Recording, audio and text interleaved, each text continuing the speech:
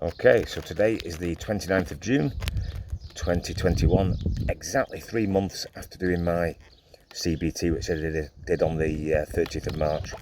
Okay, so off to do the Mod 2. Not had any training, no official training other than the CBT, so just been tootling around on the scoot, done a few 100 miles, and hopefully I've not picked up any bad habits. We're going to find out, right? So I'm off to the test centre now.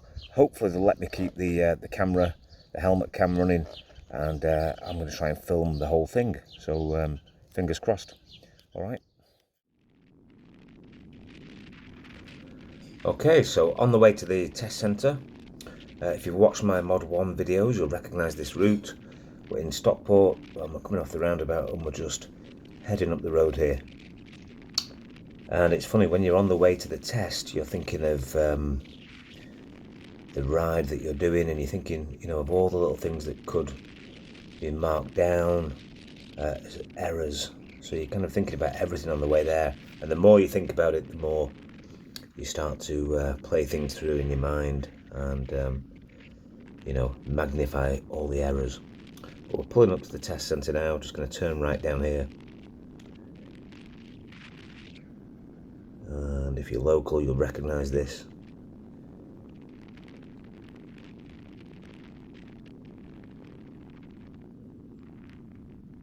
Right turn. You see there, I didn't even do a proper lifesaver. I did like a mini lifesaver, which is probably wrong. Should have looked a little more there, even though I was confident there was nothing behind me. But you see, that's the whole point of the lifesaver. It's just to double check everything before you turn. So pulling into the test centre, and I'm going to pull the bike up in one of the parking bays. The spots on the left are for cars, for driving tests, and then there's some bike bays just around this turn. And even here I was thinking, do I need to indicate to come into the car park? Do I need to indicate to turn into a bay? You're thinking about everything, you know, in case you're being watched. Or maybe I was just being paranoid. First bike into the bay, and I'll just wait for the examiner to come out to me.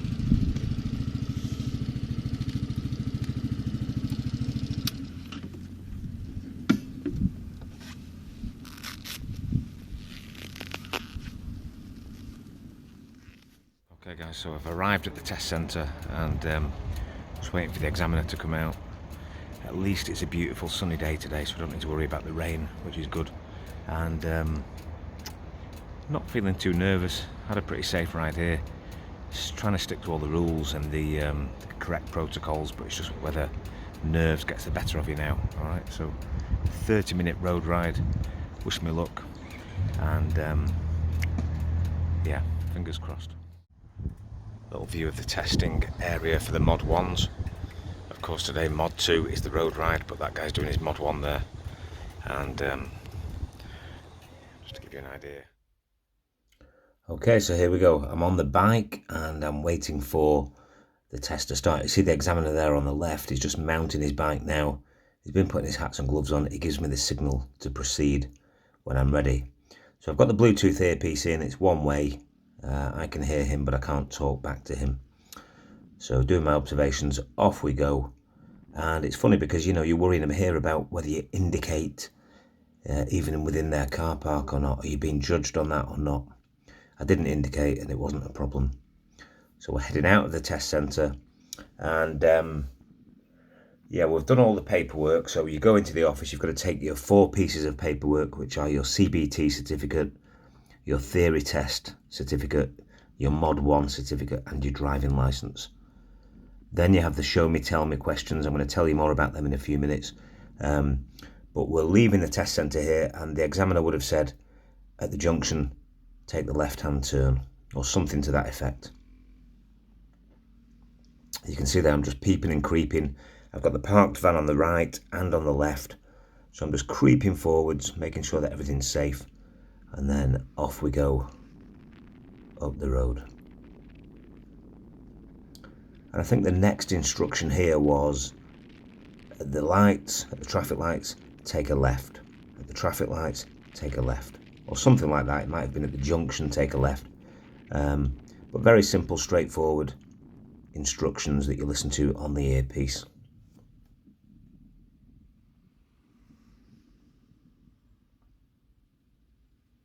Okay, so I pulled up here just behind the car. The van on the left is stationary. Okay, that's stationary, it's parked up. Weird place to park your van, I know, but it was stationary, no one in there. And I'm turning left. So I'm wondering here whether I creep forward to level with the front of the car, or whether that would be considered dangerous, because if they open the door, the passenger door, or the driver's door of the van opens, am I in the way? You know, so I didn't want to cause an obstruction, so I just stayed back. Just being a little bit cautious, really, but I thought it was better to be cautious than not cautious.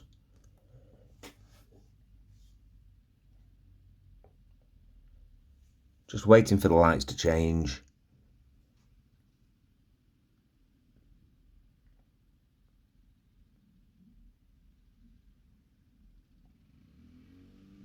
Off we go. So it's a left-handed turn. And just up ahead now, you see that van just pulling out in front of me. There's plenty of space there for me to get through, so I felt quite confident just squeezing behind it. Well, I wasn't even squeezing behind it, there was plenty of room, and it was quite safe to do so. So heading down the main road here. I think this is a 30 mile an hour, but it turns into a 40 somewhere along here.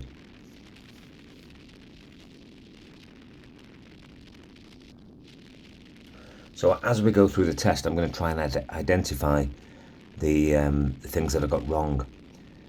So I got 3 rider faults, or what they call minors. You're allowed 10. And I'm going to try and point out the 3 things that went wrong during the test, just so other people can learn from it. I am by no means an expert, I'm a complete beginner. I've only been riding 3 months, so this is just my experience. And coming down the hill here, this is a 40 zone now.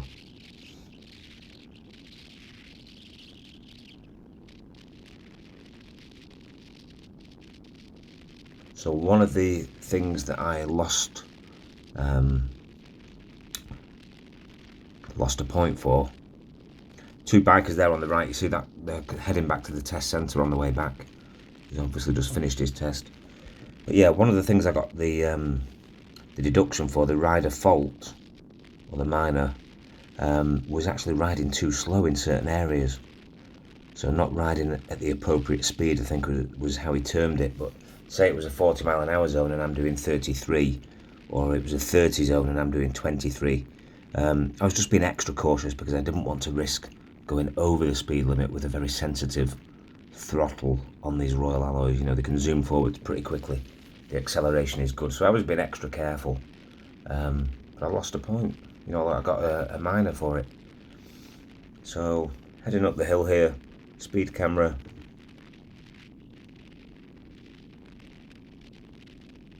I think he asked me to pull in on the left where it's safe to do so, around here. Yeah, so I pull in on the left.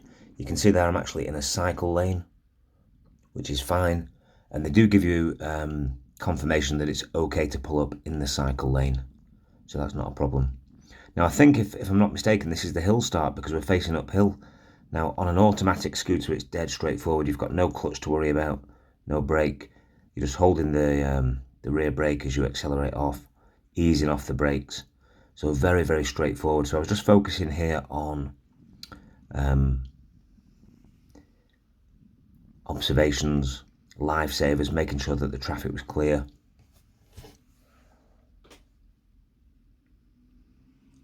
Really taking my time.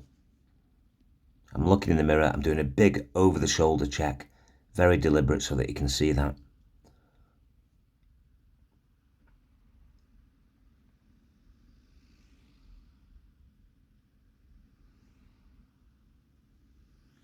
Waiting, being patient.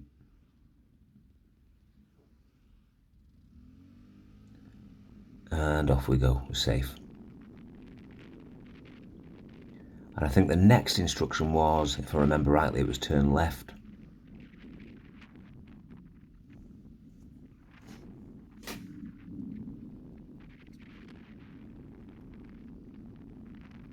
Yeah, so we're heading into the housing estate.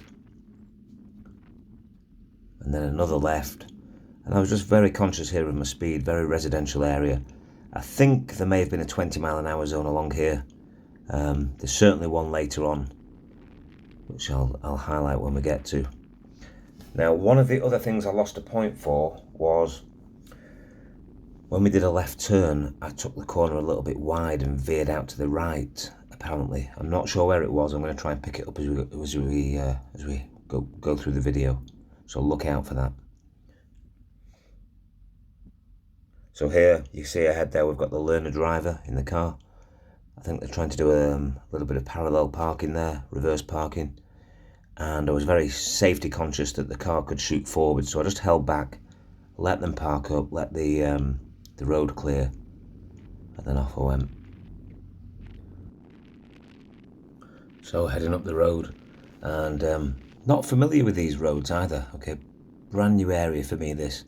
I'm not familiar with the layout here, never been down here before, so just completely following the instructions here. And we soon get into the independent riding, okay, which comes up in just a couple of minutes. I'm gonna highlight that for you and tell you what the difference is as we go. So I think he asked me to pull in on the left up here,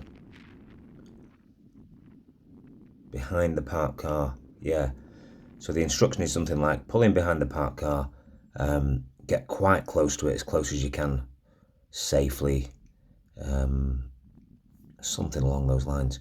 So what they're looking for here is your ability to pull out into the road, doing a little right-handed turn around the vehicle in front. Okay. Now, if you've watched my I fell off my Royal Alloy scooter video, you'll understand that the day after my CBT, I had a similar situation where I was pulling away from the curb, turning right into the flow of traffic, and it went a little bit wrong. So I've had 3 months to improve. I've got the skills down now. And you can see me there nodding my head. So he's giving me instructions. And I think that this is the start of the independent ride from memory. So he's giving me 3 or 4 instructions here as to where to go next. Okay.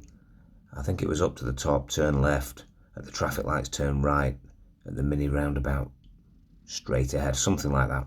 And I'm nodding in agreement. I'm checking my mirrors, lifesaver, and off we go.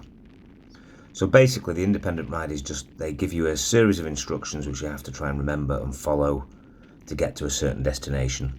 So they're just not giving you an instruction on each junction or each turn. Okay, and I don't even think it matters if you go wrong and you lose your way. They're just looking at how you ride independently without specific instructions. So I'm turning left. Good checks each way. And off we go. Yeah, and as we pulled out of that junction there, you could see that the examiner was just behind me on the right. Just really close behind. And so now we're heading up the road.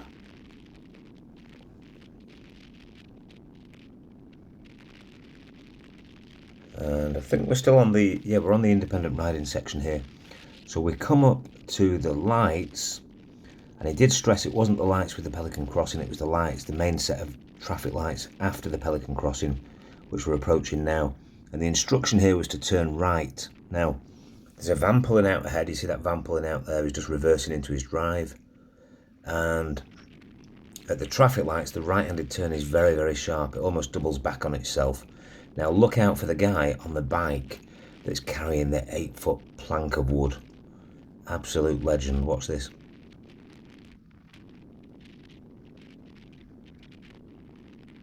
It's coming through the lights the opposite way on a push bike.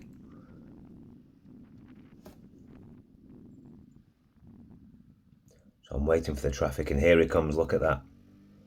He's on a bike with a 10-foot length piece of wood or something on his shoulder. Off he goes, riding one-handed, holding the pole on his shoulder. So I'm staying well back from him just in case he drops it. Here's the mini roundabout. The general assumption is that you go straight on unless told otherwise. So straight ahead unless told otherwise. But the instruction there at the mini roundabout was to go straight on anyway. So following the instructions, this is the independent riding section I've got a van here in front turning right. He pulls across to the other side. So I'm staying well back from him.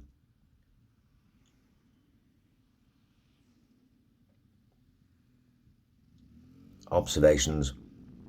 Don't forget your lifesavers all the time, turning and setting off from stationary.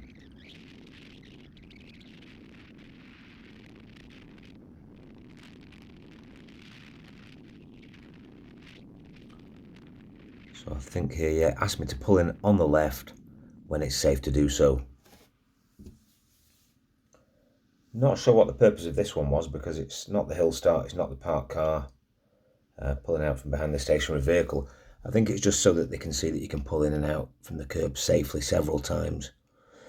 Maybe they're just making sure that you don't get lucky, and they ask you to do it several times just so they can see that, you know. So I'm listening to the instructions. I think that's the end of the independent ride there. Okay, so now it goes back to, there he is behind, you see him on the curb.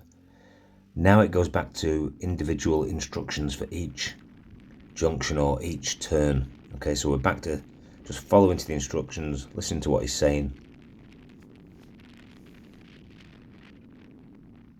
using my mirrors.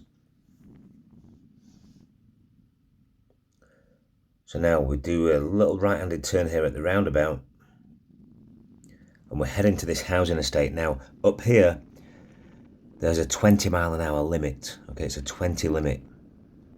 So I was being extra cautious here. I was probably doing about 16 miles an hour. And I did lose, as I say, I did get a rider error, a minor, for riding too slow. Okay. Now, up here, you'll see that we've got these partial speed bumps. I think they call them speed cushions. So it's the speed bump that doesn't cover the whole road.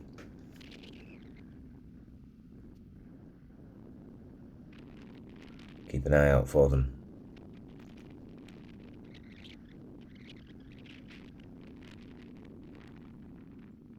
Yeah, 20-mile-an-hour limit. There's a main speed bump. And here, you see we've got the speed cushions there. So before I did the test, I was actually curious as to what the correct protocol was for those type of situations. And apparently, you're okay to swerve around them. You don't have to go over them. So you can swerve towards the centre if it's clear and safe to do so, or you can swerve towards the curbside if there's no parked traffic and it's clear and safe to do so. You can also drive over them, so with caution. So just use some common sense and take the best, safest course on each speed pillow, partial speed bump. Okay, you won't get marked down for swerving them, and you won't get marked down for going over them either. Just do whatever's the safest thing.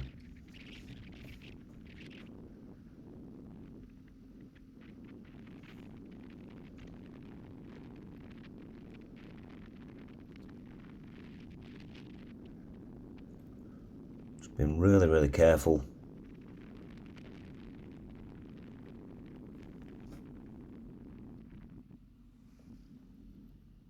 And left-handed bend. So I'm still looking out for this turn where we turned left and I apparently veered a little bit right. I'm keeping my eyes open for that. If I don't pick it up on this viewing, I'm going to watch the video again and try and find it. If you spot it, maybe comment below. If you can see something obvious that I'm missing, then please comment below. Especially if you're a professional instructor watching this.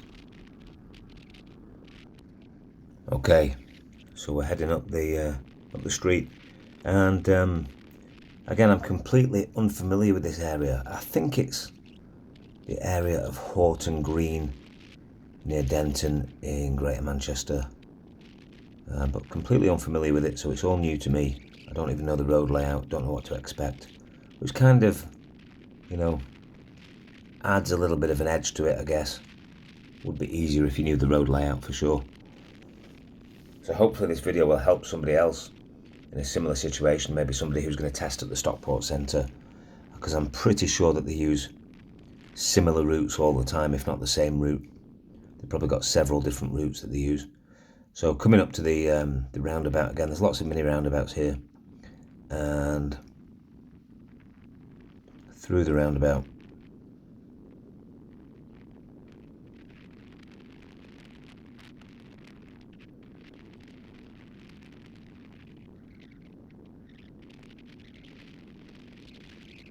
Always look out for the signs as well. You see on the road we've got the slow signs. Don't just look for the street signs and the normal road signs. Look for what's written on the road. Use the information that's available just to make sure that you're being extra safe. So we're coming downhill here, quite a steep hill. I'm conscious that the bus is in front, and certainly didn't want to get too close to the bus just because it obscures your vision. We've got pedestrians there on the side, and I think just up here he asked me to pull in on the left when it's safe to do so. And if I'm not mistaken, there's a bus stop as well. The bus pulls in just ahead of me. Let's have a look.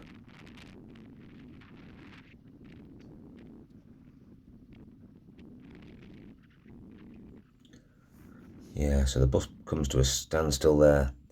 And I'm thinking, should I go ahead of the bus and pull in maybe half a mile up the road, or would that be too far? So I pull in behind the bus, and then I'm conscious that I may have caused an obstruction there for the traffic coming from behind those two cars. But it was fine, there was no problem. Didn't cause any distress to anybody, didn't lose any points. You can see the examiner there is behind me, and again I'm just looking in my mirrors, waiting for the traffic to pass, waiting for it to be safe to pull out, and then I do a big check over the shoulder. Lifesaver, off we go.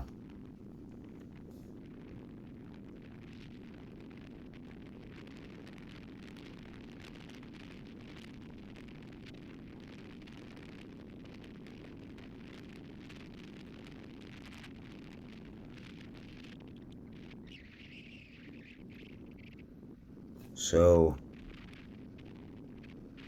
yeah, left-handed turn. Everything's fairly straightforward here.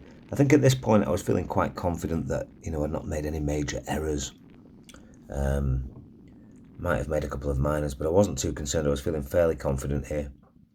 Now there's a wagon here that's reversing into a side road. I've got the car in front. I stayed well back from the car. Just always trying to observe that 2-second rule, 2 seconds between yourself and the vehicle in front. Always try and stick to that.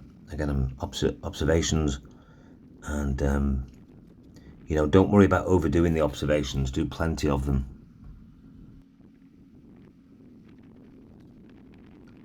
Now, up ahead here, I think there's a little bit of a one-way system comes up. Yeah, we'll go around the bend. You see we've got the no entry here on the left. Follow the road round. This little stretch of road here is one way, and then it merges with a traffic coming in from the left, and there's a little giveaway here, so I'm sure that would catch a lot of people out. I was very cautious there, gave way to the left and up to the end of the road, and turn left at the junction if I'm not mistaken. Cyclist cutting the corner there, so just being extra careful. Left-handed turn, and off we go again, up to the main road and turn left. Using the mirrors, and yeah, good look right, good look left. Pulling onto the main road when it's safe to do so, and off we go. So I think here, I think I lost him at the junction there because the traffic came up behind. He couldn't get out of the junction in time. And I think he asked me to pull up on the left here, just so that he doesn't lose radio contact.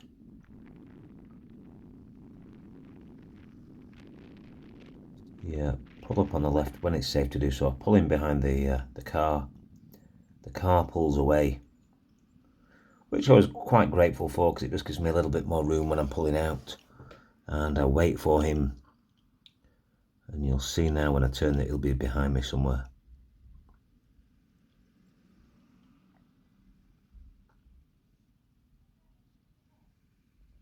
Yeah, there he is.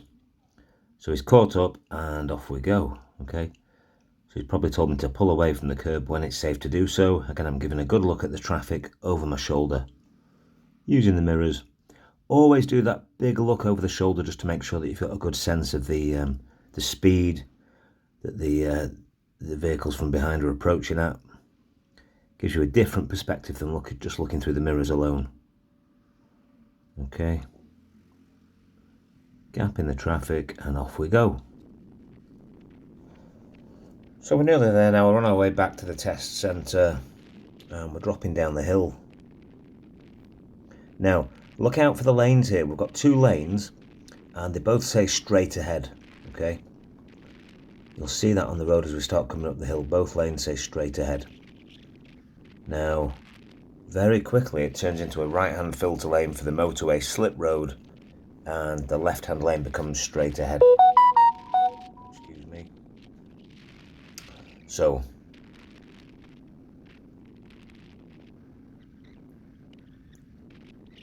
coming up the hill.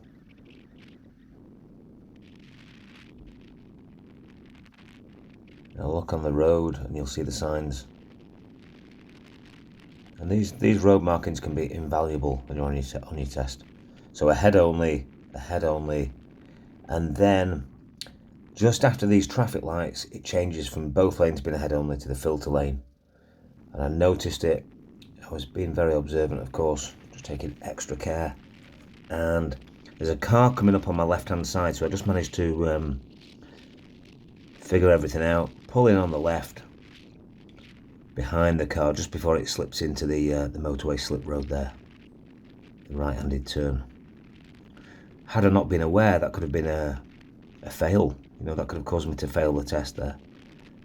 But I noticed everything in good time.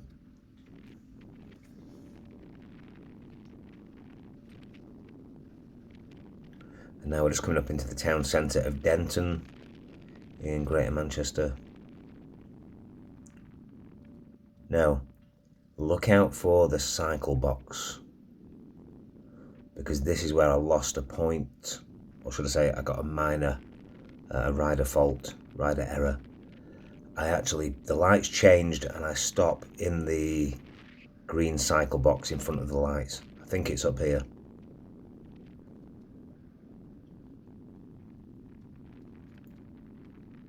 Yeah, here you see this green box. So,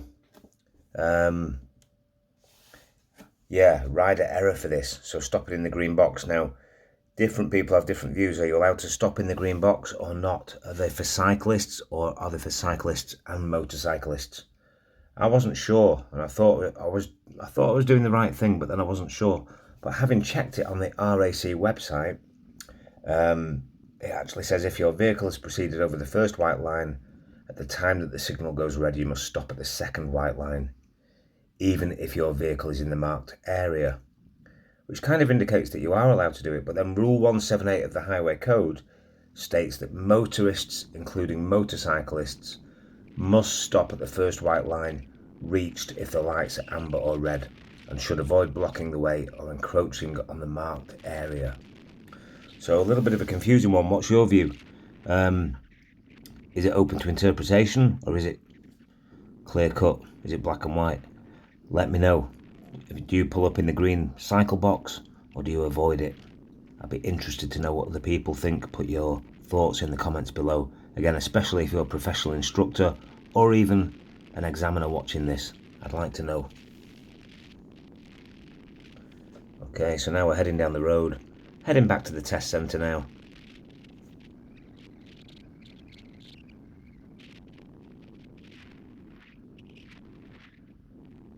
We pull up here at the lights. Now there's a guy on the left walks past with his wife, and I could see him looking at the scooter, and I was watching him, and he points and he said to his wife, "That's really cool. I want one of those." Or at least that's what I think he said.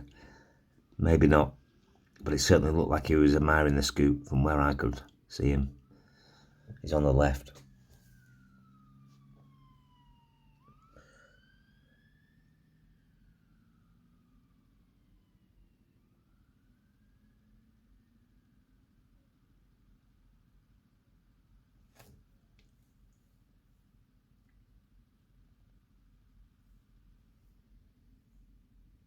I think that's the guy there crossing the road now with his wife, and you'll see him come down the side. But he was certainly pointing to the scooter. I could see him pointing, and I think he was in favour. Yeah. So look at my head. I'm looking all around. I'm looking forwards. I'm looking sideways. I'm using my mirrors. Just be really, really observant anytime you pulled up at the lights, because I think these examiners want to see that you're on the ball and you're looking in all directions, observing. Yeah, so we carry on down the road here. We're coming up to the lights again. And at this point, I think I'm feeling pretty confident. No major faults. I think everything's gone fairly okay. But you're never too sure, right? There's a little bit of doubt in your mind as to whether you might have messed up or missed something.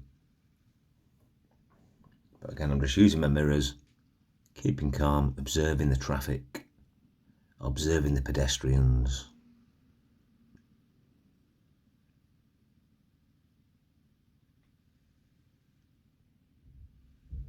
It's a nice sunny day as well. I was so pleased that the weather was good, because the last thing you want to do is do your test in the rain, and I'm sure many people have to do that. They get no choice. Once your test is booked, you can't, determine the weather. But I got lucky here with the weather, which I'm really pleased about. In fact, I've only ever ridden a couple of times in the rain. Once was in April, just after I started riding. Got caught in a snowstorm in the middle of April, believe it or not. And it really, really came down. There was snow and hail. I got absolutely drenched, and that was completely unexpected. And one other occasion I got caught in a heavy downpour, which came on very suddenly. So I've ridden twice in wet weather. Didn't really enjoy either of them, to be honest. So I try to just come out when it's sunny. And yeah, we're nearly back at the test centre now. Let this lady cross the road.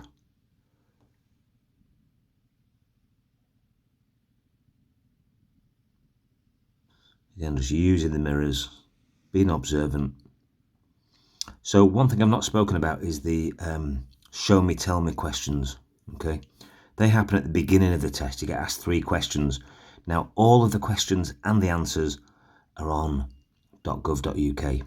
Okay, so go on there, do a search for show me, tell me questions on the DVLA or DVSA, whatever it is, website, and do a little bit of research. Now, the 3 questions I got asked, number 1, how can you tell that your back brake light is working? And the answer was to use a shop window or to ask somebody to stand behind the bike while you activate the brake lever. That was fine. Question 2 was, what safety considerations do you need to consider for a pillion passenger on the back of the bike? And again, all the answers are on the website, so do some research. The 3rd question I got asked was, can you identify how you would check the brake fluid level? So you need to know where your brake reservoirs are for the fluid and how you identify it. So fairly straightforward.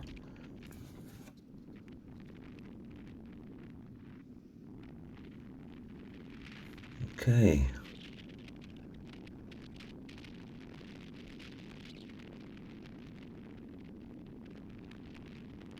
So, coming through Denton, we're heading back to the centre now. Not far to go. Stay tuned till the end of the video because you might pick some more details up.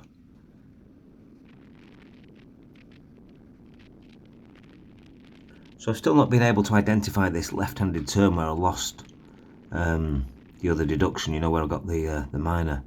Apparently it's a left-handed turn where I veered a little bit right, so if anybody spotted that during this video, let me know. I'm really, really keen to know where it was. I'm going to have to watch it a few times, I think.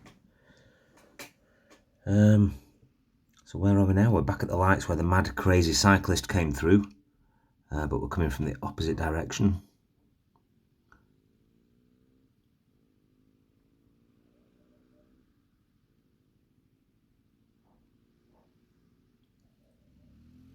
Off we go.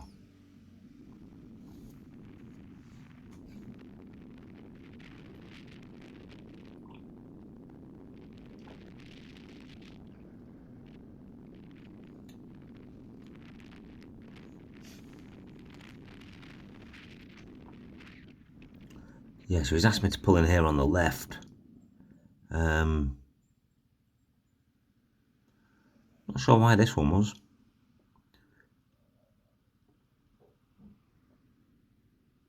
He's behind me, so I've not lost him in the traffic. It's just one final check to make sure you're capable of pulling in and out of the traffic as you need to.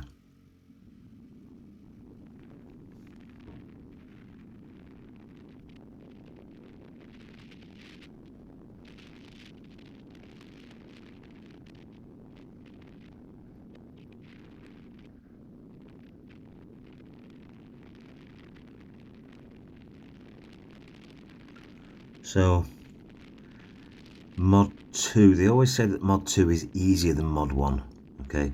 Mod 1 is the playground ride where you're going, you know, in and out of the cones, you're doing the slaloms, the figure of eights, you're doing the emergency stop, you're doing the control stop, going around the cones. I think that's quite tricky, but I think this is equally tricky in its own way, because if you take your eye off the ball for more than a few seconds, then you're going to make mistakes. You've got to be concentrating completely for the whole 30 minutes plus, whatever it is, you know. So it's equally challenging, and I don't think any of it's particularly easy. It's under exam conditions, so it is pretty strict. Well, very strict. One major fault and it's a fail. So you can fail for indicating too soon, indicating too late, I believe. You can fail for causing other road users to have to swerve to avoid you, or you cause an obstruction. You can fail. So do your research, find out what you can fail on, find out what the minors are. You're allowed up to 10 rider faults, which they call minors. So we're in the dip now, we're heading up the hill, we're coming around these bends. This is a 40 zone. Again, I was doing about 33, just because I find it difficult on the scooter to maintain a steady speed, you know, like a steady 28 or 29. The throttles are so sensitive, it's quite easy to creep up to 32, 33 very easily, and I was just being extra cautious. I did not want to go over the speed limit, but it cost me, you know, so no big deal, we can live with it. So coming around the bends here, taking these bends nice and confident.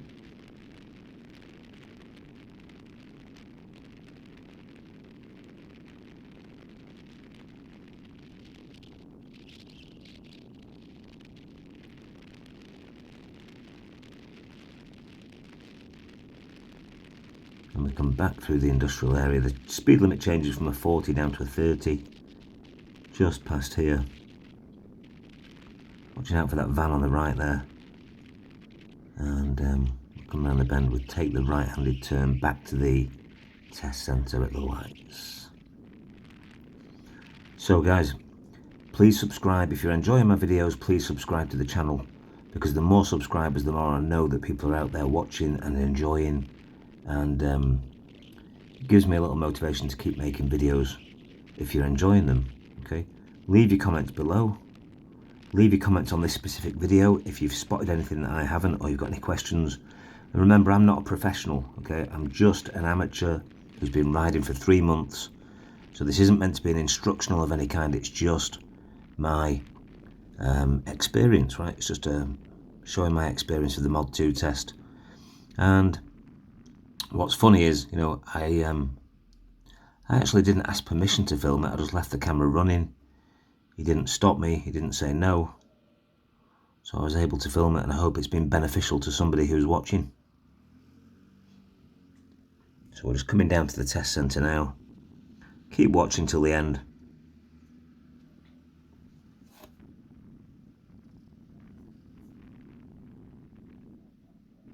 So here at the lights now, I'd lost him because he'd not been able to turn right at the lights. I think the lights changed after I came through. He couldn't get through in time, so he radioed for me to pull up on the left when it was safe to do so, even though the test centre is just there on the right, okay? So I'm literally opposite the road to the test centre, just a little further on there. But I have to do as I'm told, I have to wait for him. And he's coming up behind me now. He tells me it's safe to go because I'm in his sight now, so he can see me. Off we go, we turn right, we indicate right. Over the shoulder check, lifesaver. And round we go. Okay, now we're pulling into the test centre now. Again, I'm thinking, do I need to indicate once I'm within the grounds of the test centre? Is it classed as a public highway or is it classed as a private property? I'm not sure. Once you're through the gates, where do we stand on that? Anyway, I didn't indicate on these. He did radio for me here just to hold back and let this car go ahead. That was obviously someone who was doing the learner driver car test. So he gives me the all clear. I'll go through, and now we're into the DVSA territory. Do I indicate or not? I didn't, and it was fine. Okay, so I park the bike up.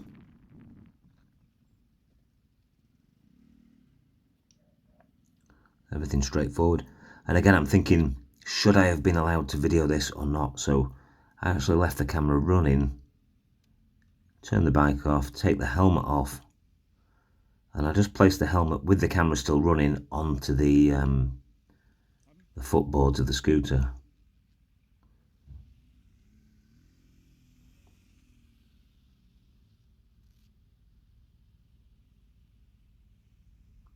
And then they take you inside and they give you the result. But they kind of make you sweat a little bit, right? They don't tell you the result straight away. You'll have a little bit of a chat with you and then tell you whether you've passed or failed. They like to keep you in suspense as long as possible, I think. There we go, putting the helmet down. Off we go into the office.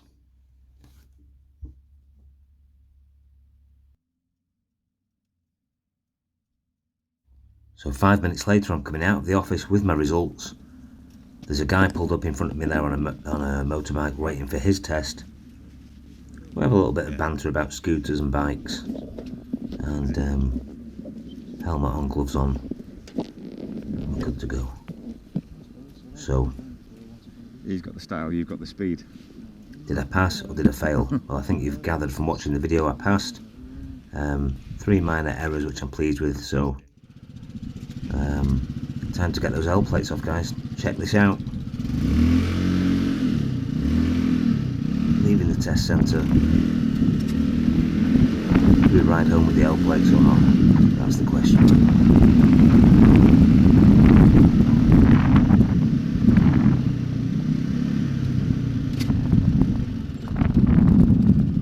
Okay, so I'm going to pull up and have a quick look at the. Okay guys, so just finished the Mod 2 and outside the DVSA test centre here in Stockport, and after a 30-minute road ride, I'm pleased to say it's a pass.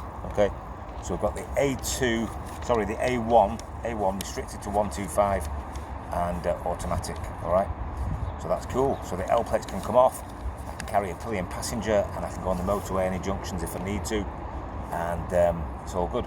So what's the next? Maybe next year might move up to an A2 if I need a bigger engine, but for now I'm happy, so we'll stick with what we've got for now, certainly for the next year, and see where we are in a year. But yeah, Mod 2 done.